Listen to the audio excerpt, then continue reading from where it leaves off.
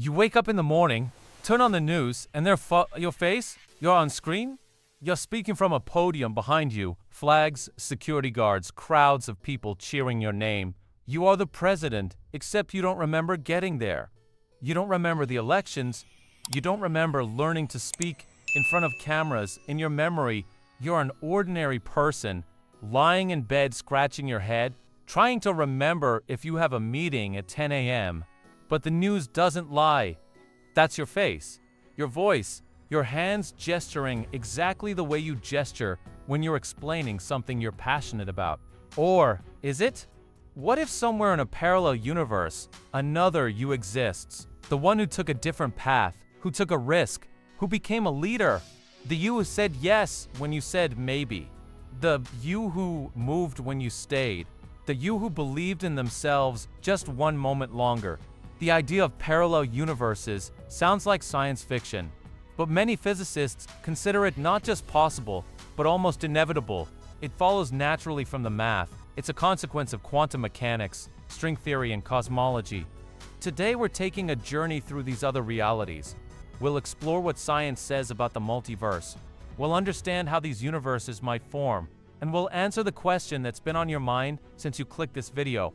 Is there a universe where you're the president's? Spoiler, the answer might surprise you, and it might change how you see your own life. Before we guess whether you're a president somewhere or not, let's understand what a parallel universe actually is. Because the term gets thrown around a lot, and it means different things to different physicists. Imagine our universe is a huge building. It has many rooms. We live in one, but there are other rooms with doors closed. We can't go in, but we know they exist. Sometimes we hear faint sounds from behind the walls. Sometimes we wonder what's in their parallel universes are like those rooms. They might have the same physical laws as ours, or completely different ones. They might have stars, planets, galaxies, life.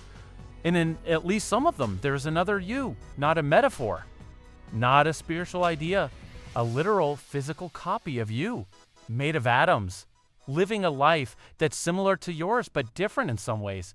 A version of you who made different choices. In one universe, you're watching this video. In another, you never clicked it. In another, you're the one making videos. In another, you're the president of a country. Sounds like a movie plot. But for a growing number of physicists, it's just math. To understand parallel universes, we have to go back to 1957. A young physicist named Hugh Everett was working on his PhD at Princeton University. He was studying quantum mechanics, the strange, mind-bending science of how the tiniest particles in the universe behave. Here's the problem Everett was trying to solve. In the quantum world, particles don't behave like anything we're used to. An electron can be in two places at once. A photon can behave like both a particle and a wave. A radioactive atom can be both decayed and not decayed at the same time. This isn't philosophy. This is experimental fact. Scientists have proven this again and again. But what does it mean? When we open the box, we see one result, but before we open it, the particle exists in all possibilities simultaneously. Where do those other possibilities go? Most physicists at the time believed in something called the Copenhagen interpretation. It said when we measure a particle, the wave function collapses randomly into one outcome. The other possibilities just disappear. They never existed. Everett thought this was cheating. It didn't explain how the collapse happened. It just said it happens. So Everett proposed a radical alternative. What if all the possibilities are real? What if every time a quantum particle can be in two states, the universe splits? One copy of the universe continues with one outcome. Another copy continues with the other outcome. And they never interact again. This was the birth of the many worlds interpretation. It was laughed at. Everett's advisor told him his theory was nonsense. He left physics after graduating and went to work for the defense industry. But decades later, the idea returned to today. Many physicists, including some of the most respected names in quantum mechanics, consider it the most elegant and mathematically consistent interpretation we have. Here is where it gets personal. If the many worlds interpretation is correct, then every quantum event creates new universes. And since quantum events are happening constantly in every atom, in every molecule, in your body, in the air, in the stars, the number of universes is growing at an unimaginable rate. But quantum events aren't just about particles, they're connected to you. When you make a decision, your brain is a quantum system. Neurons fire based on quantum processes. So your choices are entangled with the quantum world. That means every decision you make creates new universes. This morning, you chose coffee over tea. Somewhere, a universe exists where you chose tea, and everything unfolded differently there. You were slightly more relaxed. You smiled at a stranger who became a friend. That friend introduced you to someone who changed your career. A chain of events that diverged from a cup of tea. You chose to read this book instead of that one. Somewhere you became an expert on a completely different subject. You met different people. You had different conversations. Your life went down a different path. You said yes on that date. Somewhere you are still together. Or not. Or you moved to another country. Or you have children with different names. The number of universes grows. With every breath you take, infinite versions of you, living infinite versions of your life. In some, you are a scientist. In some, you are an artist. In some, you never learned to read. In some, you were never born at all. And in some, you are the president. Let's get to the question you've been waiting for. If there are infinite universes, then there must be one where you are president, right? Mathematically, yes. If the number of universes is infinite, and if the laws of physics allow the universe to contain a version of you who becomes president, then there must be at least one universe where that happens. Infinity is big. It contains everything possible. But here's the catch. Becoming president isn't one choice. It's billions of choices. It's where you were born. It's the economic conditions of your childhood. It's the teachers you had. It's the friends you made. It's the opportunities you took and the ones you missed. It's the speeches you gave and the moments you stayed silent. It's luck. It's timing. It's being in the right place at the right time. Thousands of times in a row, even in an infinite universe. The probability of that exact combination might be infinitely small. Infinity doesn't mean everything happens. It means everything that can happen does happen. But some things might be so unlikely that the universes where they happen are outnumbered by the universes where they don't, by an infinite ratio. Is there a universe where you're president? Maybe, but it's buried in the infinite sea of universes where you're not. Like finding one specific grain of sand on an infinite beach, but it's there.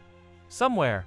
The math says it is not every physicist believes in the many worlds interpretation. It's one of several competing ideas.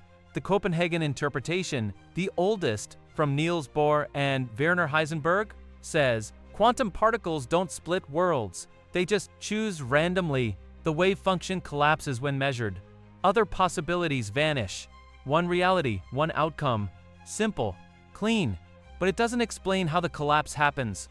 Pilot wave theory from Louis de Broglie and David Bohm says particles have definite positions at all times guided by a pilot wave. No superposition, no splitting, but its non-local information travels faster than light, which bothers some physicists. String theory, modern, says there might be other universes, but not from quantum choices. Instead, our universe is just one brain floating in a higher dimensional space. Other brains exist nearby with different physical laws. They're not copies of you. They're completely different realities. Cosmology adds, maybe our universe is infinite in space. If it's infinite, then statistically, every finite arrangement of matter must repeat. Somewhere, far beyond the observable horizon, there's an exact copy of you reading this exact sentence.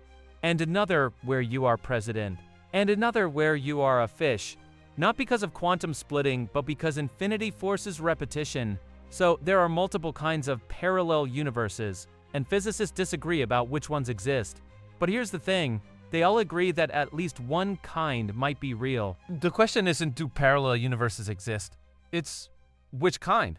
Let's say you somehow ended up in the universe where you're president. What would you see? It depends on which kind of parallel universe it is. If it's a many worlds universe, a branch of the quantum wave function, almost everything would be the same. Same Sunday, same Earth, same cities, same laws of physics. The only differences would come from the chain of quantum events that led you to the presidency. Maybe you were born a year later. Maybe you met a mentor you never met here. Maybe a chance conversation changed everything. If it's a brain universe from string theory, everything would be different. Different particles, different forces. Maybe no stars, maybe no atoms, maybe life exists, but it's made of things we can't even imagine. If it's a cosmological repetition universe, you'd be in a copy of our universe so far away that light hasn't reached us yet. Everything would be the same, except for the local details. You'd have the same face, the same DNA, the same history, up to a point, and then something diverged. In all cases, you'd be different. Different life, different habits, different fears. You and him are two different people who happen to share a face and a name. Would he be happy to see you? Or would he be terrified that a duplicate of himself appeared in his office? Would he order the guards to arrest you? Or would he sit you down, pour you coffee, and ask about your life? We'll never know. Can we travel to a parallel universe? Short answer, no. Longer answer, not yet. And maybe never for many worlds universes. Travel is impossible by definition. They don't exist in space. They're separate branches of the wave function. You can't move from one branch to another because there's no between for you to travel through. For brain universes, travel might be theoretically possible if we could access the higher dimensions they exist in. But we don't even know if those dimensions exist, let alone how to move through them. For cosmological repetitions, travel is impossible because the other you is so far away that even traveling at the speed of light, you'd never reach them before the universe ends. So, the universe where your president is out there, but you'll never visit. Here's the frustrating part about parallel universes. Even if they exist, we may never have evidence. They don't interact with our world. By definition, they're separate. Some physicists look for traces of collisions between brains in the cosmic microwave background. If our universe bumped into another in the distant past, it might have left a mark, but so far, nothing conclusive. Others hope that quantum computing might someday allow us to borrow computational power from other branches. But that's speculation. Maybe we'll never know for sure, and that's what makes the question so fascinating. It's a mystery at the edge of science, where physics meets philosophy. Why does the idea of parallel universes fascinate us so much? Because it gives us hope that somewhere, we got it right. Somewhere, we didn't make that mistake. Somewhere, we're happy. It's like comfort. Even if things went wrong in this life, in another life, everything worked out. Somewhere, you are president. Somewhere, you are a rock star. Somewhere, you found the love you were looking for. Somewhere, you are at peace. This isn't a scientific argument. It's a human one. But maybe it's more important than all the formulas because what we do with this idea matters. If there are infinite versions of us, then this version, the one reading these words right now, is the only one who can choose, the only one who can act, the only one who can make this life matter. The other yous are out there living their lives. But this you is here, and this you gets to decide what happens next. We traveled through parallel universes. What did we learn? The many worlds interpretation is one serious scientific theory explaining quantum mechanics. It says every quantum possibility creates a new universe. If it's correct, there are infinite versions of you living infinite versions of your life. A universe where you are president could exist, but the probability is infinitely small. We can't get there. Not in many worlds, not in brain cosmology, not in any known physics, but the idea matters. It reminds us that our choices have weight, that we are one version among many, and that this version, right here, right now, is the one that counts. Now, a question for you. If you could peek into one parallel universe and see one alternative version of yourself, which one would you choose? The president? A rock star? The one who stayed in their hometown? The one who left? The one who took that chance you were too afraid to take? Drop it in the comments. I am genuinely curious. And if you want to explore what happens when two parallel universes meet, smash that like button, subscribe to Y Animation, and remember, somewhere, you are already everything you wanted to be. Now let's make this version count.